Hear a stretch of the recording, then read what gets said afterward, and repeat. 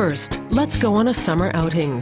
For the next 8 weeks, Arts.21 will be taking you to many wonderful events that are tucked away in the German countryside. We start with a search for a sunken city.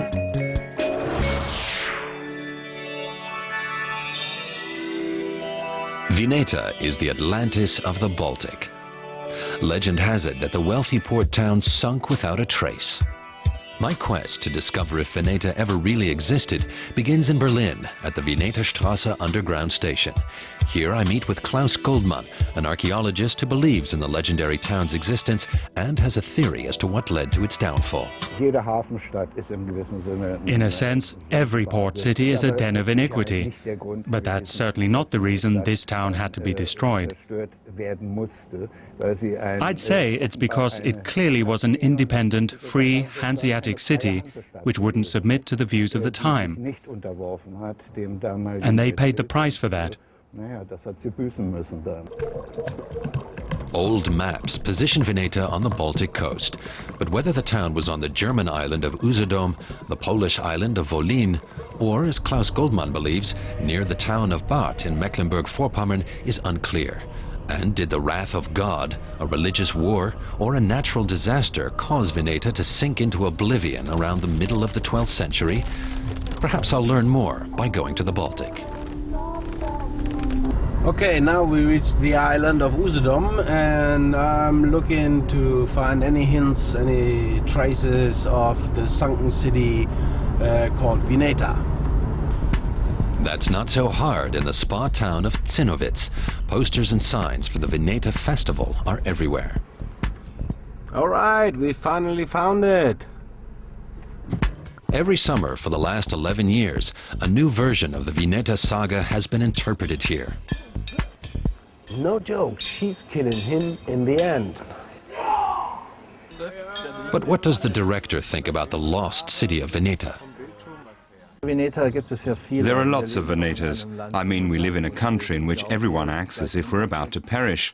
That won't happen. Our country has been rebuilt several times. In this regard, the story is very similar to what's happening today. So there's another group of sagas that ask, will Vineta go under, or is there still a chance that people will recognize the errors of their ways? Will they treat their fellow men and nature in such a way that they can stay afloat and not always sink? In the play, though, people don't stand a chance. Vineta's downfall is inevitable. Das ist unsere Stärke. Nicht der Einzelne entscheidet Vineta, sondern Vineta steht für Vineta! This Vineta is ruled by the wicked, and they do it in style.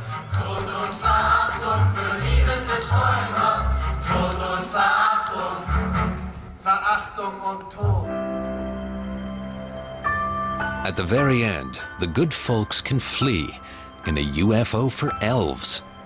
It's all a bit too out of this world to really help us. The next morning, my search continues with the help of the novel The Rat by Günter Grass.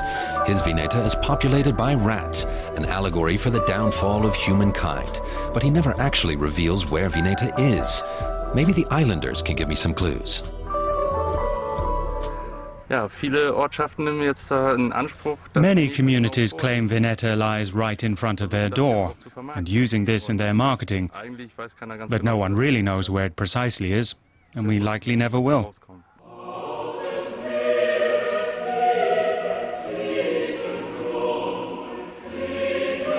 So is Vineta just a kind of marketing gag? Something to increase the sales of fish sandwiches?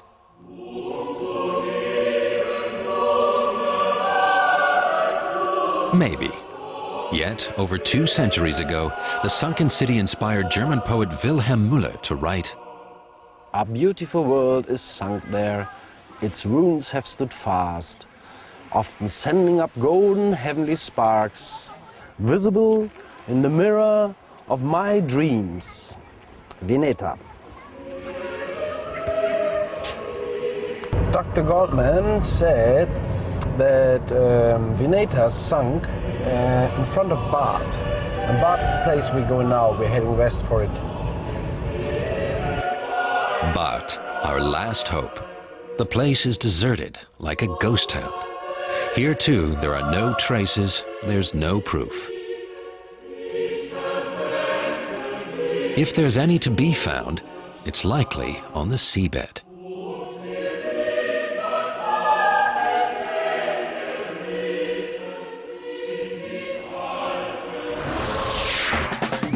That was the first of our new series, Summer Outing. Next week, we'll go to a Folk Roots World Music Festival in the Thüringen countryside.